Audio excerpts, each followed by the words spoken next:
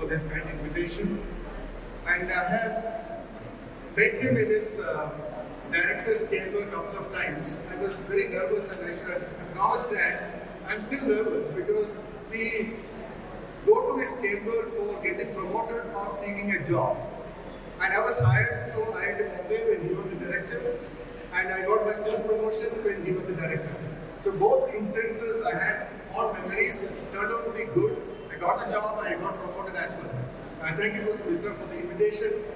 And another acknowledgement which I should make, rather a confession that I had no idea whom I am going to talk to today. So I see Mr. Narayan Murthy here in the front row, so I should really make an impact. Third thing is that I didn't know that there are going to be so many students. I always like students and I always like interacting with them. And therefore, I will do some tricks and I will play with students in terms of interacting. Let me see if I can talk without mic. Am I audible? That itself is a joke. When I ask, am I audible? If you are saying no, that means you heard what I'm saying. Right? You could hear what I'm saying. Am I audible? Seriously? Yes? Okay. So I will use a mix of mic and no mic situation. Okay. So I'm going to talk to you. Given the fact that previous speakers talked about healthcare, diagnosis using MRI, we have some sort of disease condition. That's the time when we go to hospital, meet doctor, go through some sort of diagnosis, right? So after diagnosis, what would happen? What would typically happen? Doctor would write prescription. And what is that prescription? Go and take 2 glasses of water? No. It will be a compound. It will be a drug, right? And we don't want to take that.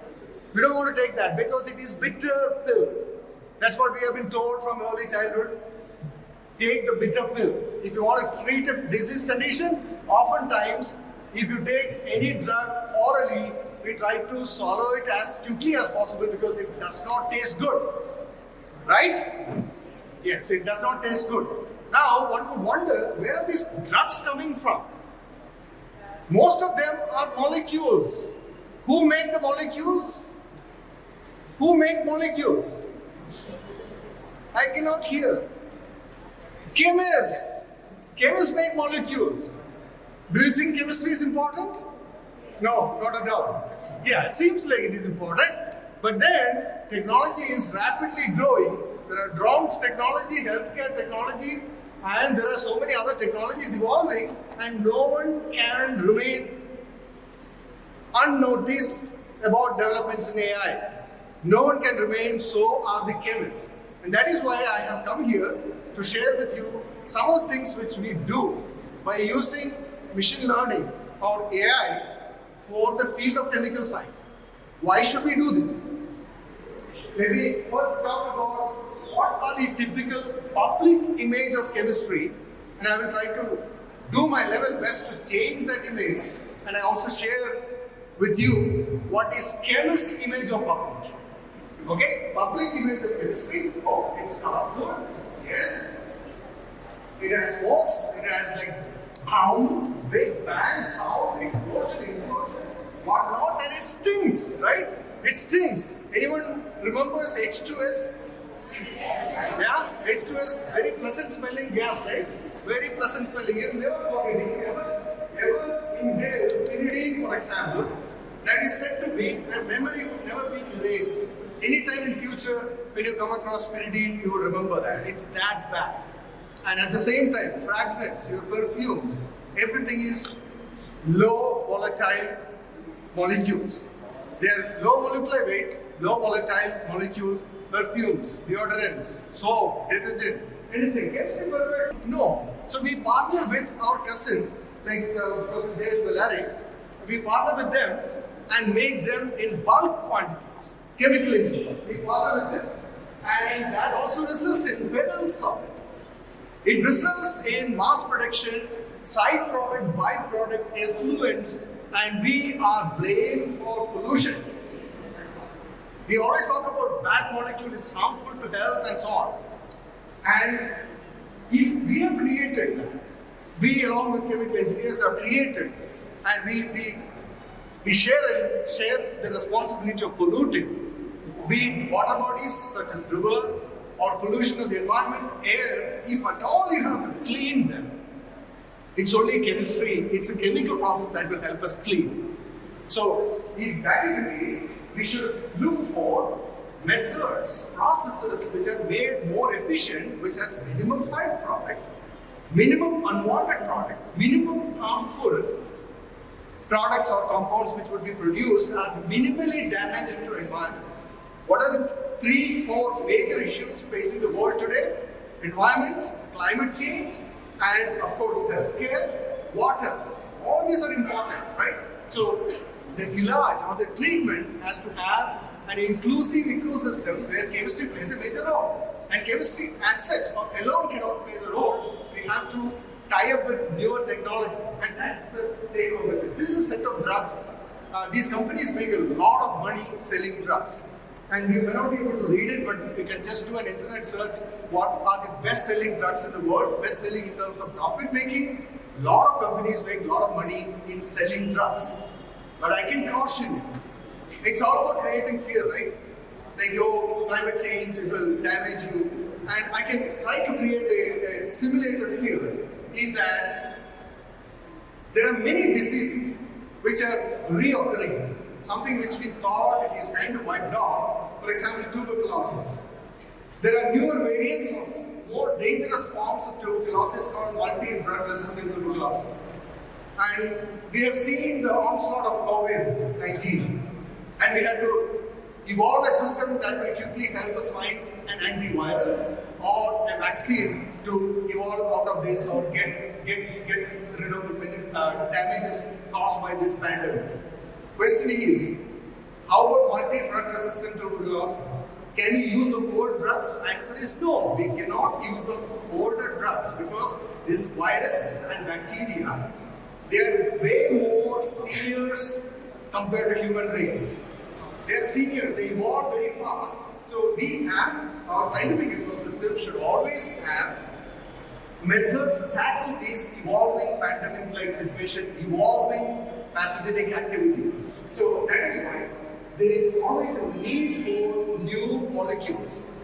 Always a need for new molecules. We can never stop researching on creating new molecules for whatever be the purpose. And the key purpose for creation of new molecules is to fight the next pandemic. And we have already talked about it in many forums. And we have to make new preservatives that can sustain life and so on. This is one compound which is of interest in today's discussion. This is the core structure of penicillin family of antibiotics. And if you read the text there, because of availability of penicillin, life expectancy could be dramatically improved. This happened during World War II. It could be dramatically improved life expectancy because it could prevent several infection conditions. So the problem is that I mentioned the issue of drug-resistant variants of virus and bacteria. So we need to be able to make new forms of penicillin, new molecules that will mimic or would be more efficient than penicillin. And what are the ways out there? The ways out there is one example I want to bring from recent literature. It's a very reputed journal called Cell, and which talks about deep learning approach to new antibiotic. I've already set the stage for why antibiotic is important. Why should we continue to do research on antibiotic, creating newer versions of antibiotic? And this paper talks about use of AIML, that is use of one of the niche areas of AIML, one of the most active areas of AIML is deep learning for antibiotic discovery. Does it ring a bell? Does it give us a source of inspiration that yes, you can make new molecules using deep learning method, using machine learning strategy. New molecules which would have higher efficiency. New molecules which is going to be better for a given disease condition or given pathogenic condition. So we are in the direction of creating, using generative AI for new molecules. That is the background. So let's get AI, what we do in our group, in being able to cope up and catch up with the evolving technology. Can we study machine learning? Can we use machine learning for studying chemical reactions? Imagine you have an assignment. ChatGPT is not yet going to help you. You have A plus B, product unknown, C with a question mark. What do? Do you have an internet-based technology that will help? I think students would like to see what would be the product C. And that's the kind of work which we intend to do, that can you identify the product? If C is given, the product is given, can you identify how much the product could be formed? So there are a set of standard protocols in any machine learning application that you have to be able to have preliminary access to data. And the data that we are interested in, not the millions and billions of type data, we are interested in few reactions, just a few reactions. These are like in hundreds or thousands of reactions whose outcome is known. If you know the outcome of a reaction, if you are faced with an unseen situation, that is no longer it is A plus B giving C, it is A dash plus B giving what? That situation is an unseen situation because A dash was never tried in combination with B to give a product. So how do you deal with unseen situation? There we train machine learning model and make it capable. We do two kinds of activity. Given the names for the audience here, I would briefly describe how do we make our molecules, that is the so-called chemical space, amenable or which can be assimilated by the machine learning model. You need to be able to present your molecule in a manner machines can understand. So if you draw a benzene, it is not going to be able to recognize a benzene. So what are the ways out there? So there are different ways. On the right panel B, it is a way of representing molecules in the form of graphs. And where do we get the inspiration for using graphs? We got inspired by how social media, machine learning or AI in social media, how people use it. And we use graphs for representing molecules. That's one way. We can use other linearized representation of molecules just to what we call as encode the molecule such that machine can understand what is the input data. And then we train the model. The molecule in the center is what we call as paracetamol. This is antipyretic drug, which is an over-the-counter medication. We can use a number of other techniques to represent the molecule. So once you have the molecule is ready, you can kind of predict its property, such as toxicity of a given molecule or drug likeliness. You have synthesized a new molecule and you want to know whether or not it is likely to be a drug for a particular disease condition. And you have no idea, the fact that it's a new molecule, you don't know whether or not this would be likely to be a drug. And if you want it to be a drug, there are certain criteria, certain set of properties it should satisfy, such as lipophilicity, solubility, and so on. There are a lot of such criteria. So if you have a molecule just in microgram or half a gram, you don't want to do an experiment to measure the solubility. Instead, can you predict it? So this comes in the territory of molecular property prediction, and you can use machine learning models for molecular property prediction. It's a very active area of research, and the property prediction accuracies are very, very high. But the challenge when you talk about a reaction is orders of magnitude higher, because in a reaction, one or more molecules are involved, properties of each of them will matter, the environmental factors, the conditions will matter.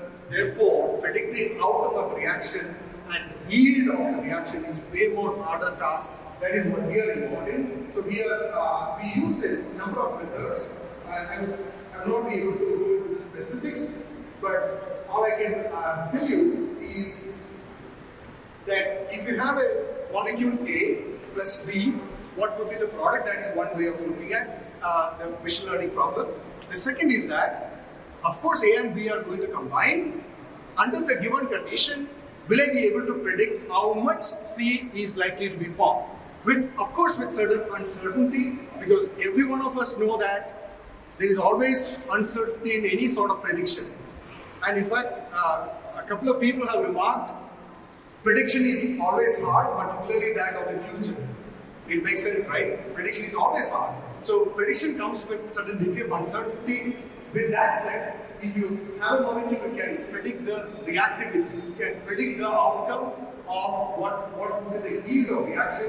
And we use mostly for catalytic application. It's very important to learn about chemical catalysis, very important to expedite, speed up the reaction, very important to make the reactions more efficient.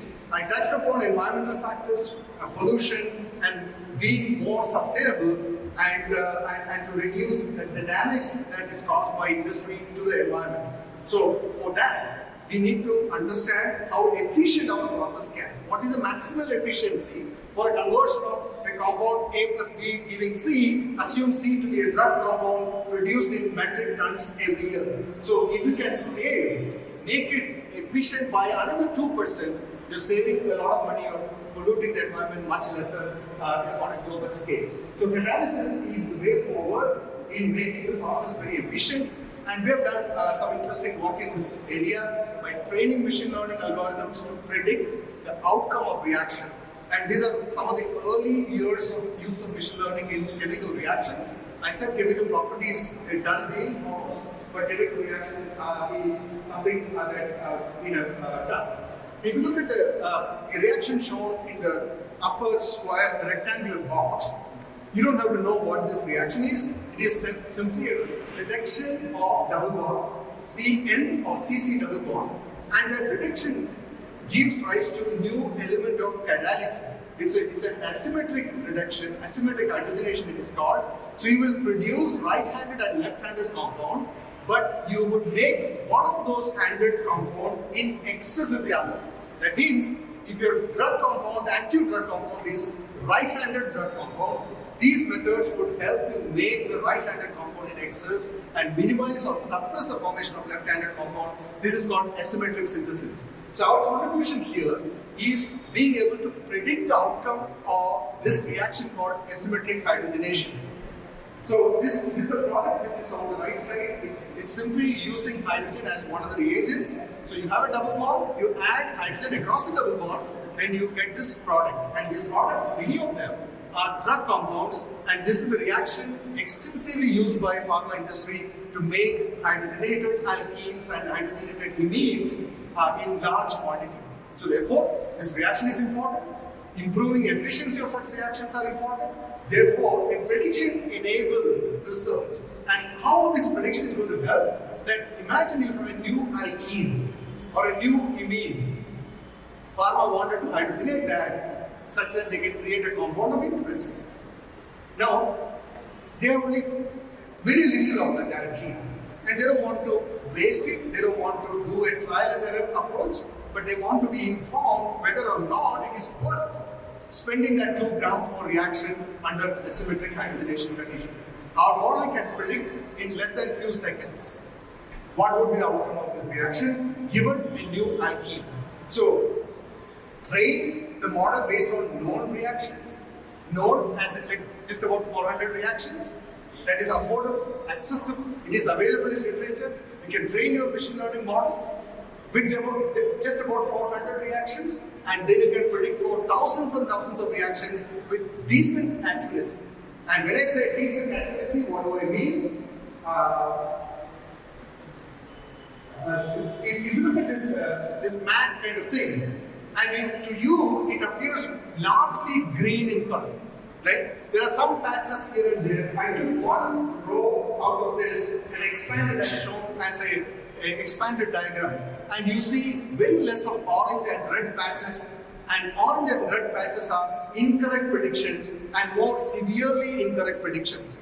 But it is largely green. That means our machine learning model is able to predict with good accuracy. Therefore, you can use this as a reliable source to predict outcome of a reaction which is of pharmaceutical importance, outcome of a reaction which is directly linked to asymmetric hydrogenation reaction used in drug discovery programs. So, I think that is one. This was due to the impact of the work. It was also commended by Science magazine, which is very gratifying.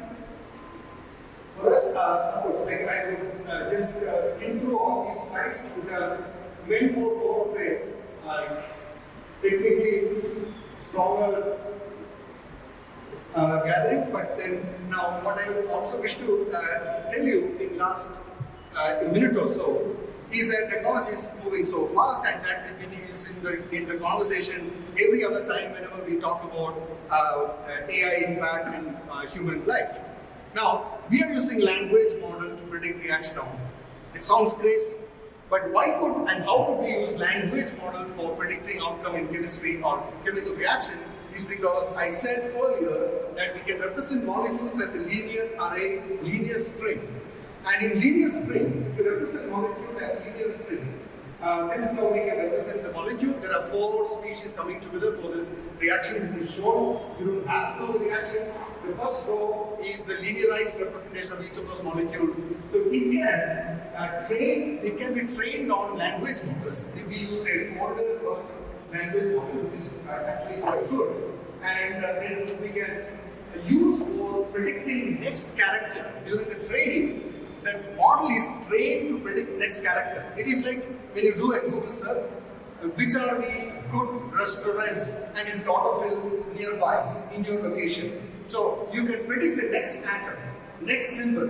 You can predict compounds in that way, and this training is very important for deep learning model. And of course, good accuracy. I will just talk about one last thing before I stop. So one can create new molecules. And this is a diagram showing how new molecules will be synthesized for generating fluorinated compounds. A lot of them are active drugs in use today. So we have used deep learning models to generate new compounds which have very high drug-like activity. And I think with that, I should stop in the interest of time. So what I tried to share with you are few instances of how we got inspired by the available experimental data, training AI models, and a lot of these are happening in a retrospective manner that we are sending in our predictions to experimental research groups, and they are now validating it, which is like a dream come true for a predictive science. And thank you for your attention. Yeah.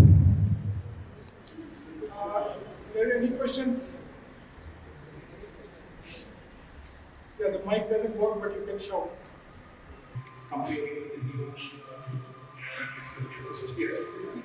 Yeah, so question is that how much AML is used for drug repurposing? So for the benefit of younger audience, drug repurposing means that you have an FDA approved drug used for disease condition A. Now you have a set of patients with disease condition B. Can we use this drug for disease condition B? That is called drug repurposing. And this was a hot topic during COVID time. Remdesivir kind of antiviral created for some other objective. Will it be active against COVID-19? This was actively pursued. Now AI can in principle be used given sufficient data. There is no major challenge in looking at it. In fact, many pharma is investing a lot of their R&D into repurposing of existing drug for different disease conditions. Yes, it can be used.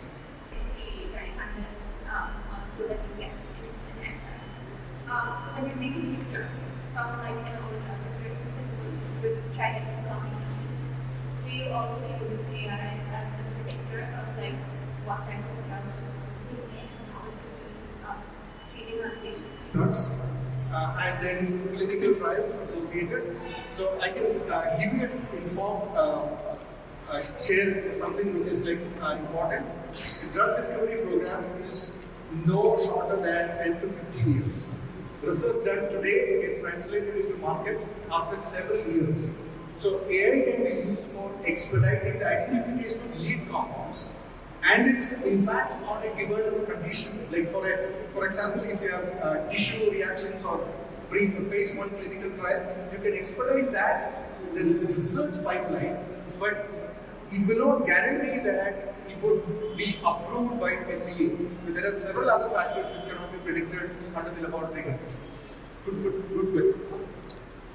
So thank you. It's all time for Professor Sunoj for a wonderful lecture. On behalf of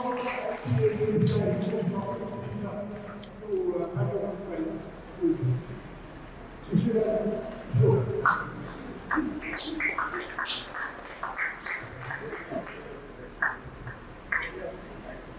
you. Yeah, so we now